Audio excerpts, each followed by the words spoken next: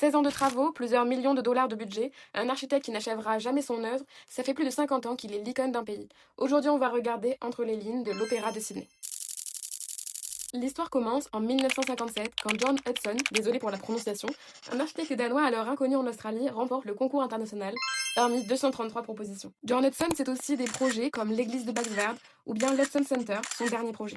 Le projet s'inscrit sur la presqu'île qui domine le port de Sydney. Il se compose de 3 éléments, la toiture, le plateau et des parois vitrées. La toiture est composée de coques béton, pensées comme des quartiers d'orange. Ces formes courbes, symboles de l'opéra, font penser aux voiles d'un bateau ou bien à des coquilles, ou pour les plus moqueurs, à des assiettes en train de sécher. Le plateau, quant à lui, en panneaux préfabriqués en grès de la région, est composé de marches successives qui s'inspirent des temples précolombiens. À mesure que le visiteur gravit les marches, son champ visuel s'élargit et il découvre progressivement l'opéra.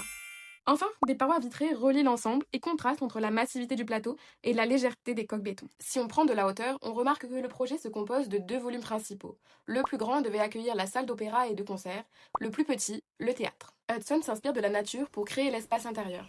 Dans la grande salle, il prend comme modèle les branches des arbres qui créent des formes triangulaires, permettant une bonne acoustique. Pour la petite salle, les formes du plafond s'inspirent du mouvement de l'eau à la crête des vagues. Si vous avez déjà assisté à une représentation dans l'opéra, ou bien que vous avez déjà vu des photos, vous avez dû remarquer que les salles ne sont pas du tout comme l'avait imaginé Hudson. En effet, comme l'opéra prend du temps et dépasse de beaucoup le budget initialement prévu, en 1966, Hudson, fâché avec le gouvernement australien, quitte le projet. 3 architectes locaux reprendront le travail et y apporteront des modifications. La grande salle n'accueillera finalement plus que des concerts, la petite salle, quant à elle, accueillera des opéras et ballets. L'Opéra de Sydney est inauguré au bout de 16 ans de travaux, en octobre 1973, en compagnie de la reine Elisabeth II, mais sans John Hudson. Il ne reviendra jamais en Australie voir son projet achevé.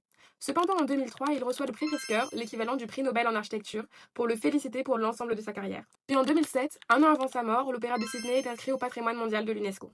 Bon, si on veut résumer tout ça, l'Opéra de Sydney connaît de nombreuses évolutions et crises. Il n'en demeure pas moins spectaculaire et offre une vue emblématique du port de Sydney, mêlant ses formes courbes à la verticalité du Harbour Bridge. S'il est au début très controversé, il est aujourd'hui célèbre dans le monde entier et l'un des symboles du modernisme et de la culture australienne.